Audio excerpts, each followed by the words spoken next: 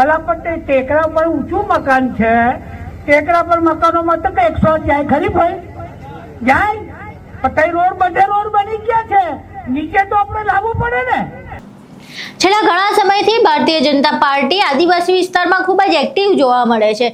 હર્ષ સંઘવી દ્વારા પણ આદિવાસી વિસ્તાર જે છોટાઉદેપુર છે ત્યાં દેડિયાપાડામાં બેઠકો 2-3 કરી દેવામાં આવી, સભાઓ કરી દેવામાં આવી। એવામાં એવું જોવા મળી રહ્યું છે કે ભાજપ આદિવાસી વોટ બેંક મજબૂત બનાવવાના પ્રયાસ કરી રહી છે અને ચૈતર વસાવાને ક્યાંક ને ક્યાંક પછાડવા હોય એવું દેખાઈ રહ્યું છે। પરંતુ આ ભાજપને જ્યારે આદિવાસી લોકો માટે કામ કરવાનું હોય ત્યારે તેમને એવું લાગે છે કે ઠીક છે, હવે 1-2 મોત થઈ જાય તો એમાં શું મોટો ફરક પડી જાય। આવું જ એક વલણ ભાજપના આદિવાસી વિસ્તારના સંખેડા જે બેઠક છે ત્યાંના ધારાસભ્યના નિવેદન પરથી દેખાઈ રહ્યું છે।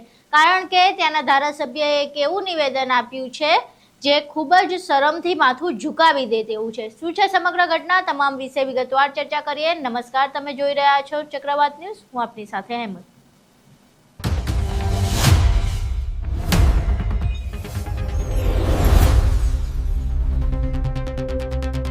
સંખેડાના ધારાસભ્ય અભયસિંહ તડવીનો એક વિડીયો સામે આવ્યો છે। એક સભા હતી, એ સભા દરમિયાન તેમણે વાત કરી રહ્યા હતા ને ત્યારે એવું કહેતા હતા કે ડુંગર ઉપરથી જ્યારે દર્દીને નીચે ઉતારવાનું હોય ત્યારે એમ્બ્યુલન્સ કાંઈ ડુંગર ઉપર થોડી ચડી શકે, એમ્બ્યુલન્સ તો નીચે જ ઊભી હોય અને દર્દીને નીચે લઈને આવવું પડે। એવું વાતો કરો છો કે ડુંગર ઉપર એમ્બ્યુલન્સ નથી પહોંચતી ને વિડીયો બનાવવા લાગે છે। એ વિડીયોની ટીકા કરતા તેમણે વાત કરી હતી ને એવું કહ્યું હતું કે આ લોકોનું તો કામ છે વિડીયો બનાવવાનું, એમાં ધ્યાન નહીં આપવાનું। પહેલા એ સમગ્ર વિડીયો જોઈએ જેમાં અભયસિંહ તડવી જે ડુંગર ઉપર એમ્બ્યુલન્સ નથી પહોંચતી અને એમ્બ્યુલન્સ ન પહોંચવાના કારણે જે આદિવાસી સમાજના લોકોનું જીવ જોખમાય છે તેના વિશે શું કહે છે। હવે જે હોય તે કામમાં અભયસિંહ તડવી જસુભાઈ રાઠવાડ લાવે છે 108, પણ અમે જ પહોંચાડવાના છે।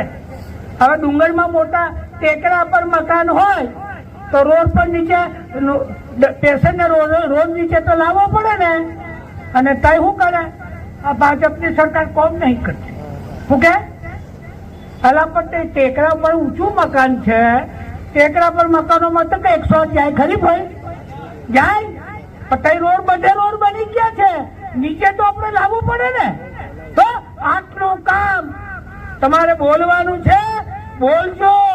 બાકી હવે તો વિડીયો વાળા ઓછા થઈ ગયા, બાકી પેલા વિડીયો જબ્બર આવે, મેં જોઈ તો થાકી જવું। આટલું મોટું કામ આ સરકારે કર્યું છે ત્યારે તમારે કઈ નીચું જોયું મેં કોઈ રાખ્યું જ નથી। મારા કાર્યકર્તાને નીચું જોવું પડે એવું કામ આ ધારાસભ્ય કર્યું નથી। હજુ કુકરદા વાળા બસ માંગે, અમને ગાડિયાધર બસ કરી એવું કે પાછા, અને બીજે દાડે વિડીયો જુદો મૂકવાનો। અહીં તમે એ વિડીયો જોયો જેમાં ધારાસભ્ય એવું કહી રહ્યા છે કે એ તો ના પહોંચે એમ્બ્યુલન્સ, કારણ કે ડુંગરા ઉપર થોડી એમ્બ્યુલન્સ પહોંચે, એમ્બ્યુલન્સ તો નીચે જ ઊભી હોય। અને વિડીયો જે સામે આવે છે તેના વિશે તેઓ ટીકા કરી રહ્યા છે કે વિડીયો ઉતારે છે, વિડીયો ઉતારવાવાળા કદાચ એમને નવરા લાગતા હશે કે નવરા છે એટલે વિડીયો ઉતારે છે, પરંતુ સાહેબ એવું નથી। વિડીયો ઉતારનારા કે વિડીયો બતાવનારા નવરા નથી। વિડીયો ઉતારનારા અને વિડીયો બતાવનારાને એ જિંદગીની કિંમત છે એટલે વિડીયો બનાવે છે, ઉતારે છે અને લોકો સામે રજૂ કરે છે। કદાચ તમારા માટે એ જીવની કિંમત નથી, કદાચ તમારા માટે એ 2-5 લોકો જે ડુંગર ઉપર જીવના જોખમે એમ્બ્યુલન્સ સુધી પહોંચે છે તેમના જીવની કિંમત નથી, પણ હકીકતમાં એ માણસ છે, ભારતીય નાગરિક છે અને તેમના જીવની કિંમત એટલી જ છે જેટલી તમારા એસી ચેમ્બરમાં બેઠેલા અધિકારીઓ અને જે તમે એસી ચેમ્બરમાં બેસો છો એવા નેતાઓની છે, એટલી જ જીવની કિંમત એમની પણ છે। કદાચ તમને એવું લાગે છે કે ડુંગર ઉપર એમ્બ્યુલન્સ પહોંચાડવી શક્ય નથી તો એ વાત પણ ખોટી છે, કારણ કે અનેક ડુંગરાઓ ઉપર એમ્બ્યુલન્સ પહોંચી છે, અનેક ડુંગરાઓ વિકાસ કરી ચૂક્યા છે, પરંતુ તમને વિકાસ કરવાની દાનત ના હોય આ એ દેખાઈ રહ્યું છે તમારા નિવેદન પરથી। કારણ કે એવું તો શક્ય નથી કે ડુંગર ઉપર વિકાસ ના થઈ શકે ને ડુંગર ઉપર એમ્બ્યુલન્સ ના પહોંચી શકે। ડુંગર ઉપર વોટ લેવા તો નેતાઓ તરત પહોંચી જાય છે, તો એમ્બ્યુલન્સ કે સારવાર ત્યાં ડુંગર ઉપર કેમ ના પહોંચી શકે? જે તમે વાત કરી છે વાત ખૂબ જ શરમજનક છે અને જે આદિવાસી લોકોની તમે વાતો કરો છો, એમની સુખ સુવિધાની વાતો કરો છો, એની તમને કેટલી પડી છે આ તમારા નિવેદન પરથી એ છતું થઈ રહ્યું છે. હાલ તો તમે વિડીયો જોયો જેમાં ધારાસભ્ય એવું કહી રહ્યા છે કે ડુંગર ઉપર એમ્બ્યુલન્સ ના પહોંચે અને વિડીયો બનાવવાવાળા તો વિડીયો બનાવે.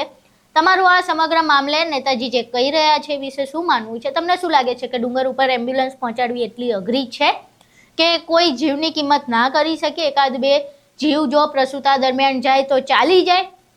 તમારું આ સમગ્ર મામલે શું માનવું છે? તમારા મંતવ્યો અમને કોમેન્ટ બોક્સમાં જરૂર જણાવજો. નેતાજીના નિવેદન વિશે તમારું શું કહેવું છે એ અભિપ્રાય પણ અમને કોમેન્ટ બોક્સમાં જણાવજો. વિડીયો પસંદ આવ્યો હોય તો વિડીયોને લાઇક કરજો, શેર કરજો અને ચેનલને સબસ્ક્રાઇબ કરવાનું ભૂલશો નહીં. નમસ્કાર.